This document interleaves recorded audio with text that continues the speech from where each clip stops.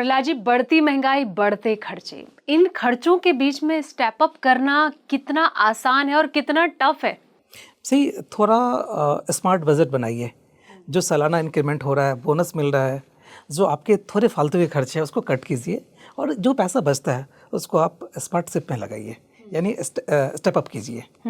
लेकिन एक कॉमन इंसान के लिए तो थोड़ा टफ हो जाएगा ना सर, कि अगर वो सोच रहा है, या ऐसा नहीं हो सकता कि अगर वो एसआईपी ही प्रॉपर कर रहा है तो इन फ्यूचर उससे ही उसका मतलब, कई लोग ये सोचते हैं कि ठीक है एसआईपी चल रही है ना तो कोई बात नहीं, स्टेप अप करने की क्या ज़रूरत है? ठीक, कर सकते हैं, बट मुझे ऐसा लगता है कि अगर आपके पास, अगर आप स्टेप अप करने में कंफर्टेबल नहीं है, राइट, आप सोचते हैं कि यार अब पता नहीं अगले साल क्या होगा, नहीं होगा, तो आप सिप कीजिए। और जब भी आपके पास में एक्स्ट्रा पैसा आता है या पैसा सेव होता है, उस पैसे को आप स्टेप अप में डाल दीजिए, यानी एक्स्ट्रा इन्वेस्ट कर दीजिए आप। जैसे मान लेते हैं कि मार्च में लोगों का बोनस आता है ना, तो मार्च में जो बोनस आएगा उस पैसे को आप डाल दीजिएगा।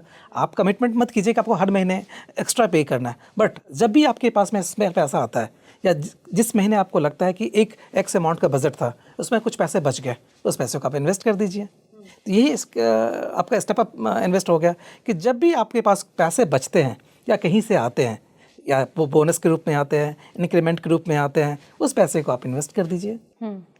सर, जिस तरीके से कुछ इन्वेस्टर होते हैं कि वो स्टेप अप कर रहे हैं, लेकिन कुछ बातें होती हैं जो उन्हें ध्यान में रखनी चाहिए कि ठीक है अगर आप ये चीज़ कर रहे हैं तो, लेकिन कुछ चीज़ें होती हैं जिनको फोकस में रखना चाहिए।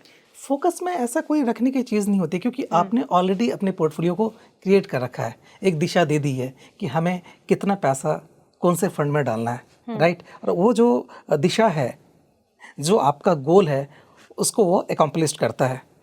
बस उस पे आप उस जर्नी में चलते जाइए, ज़्यादा दिमाग लगाने की ज़रूरत नहीं है। दिमाग लगाने के लिए जो आपके फंड मैनेजर हैं वो बैठे हुए हैं, आपको सिर्फ हर महीने एक तय रकम इन्वेस्ट करना है। तय रकम इन्वेस्ट करना है।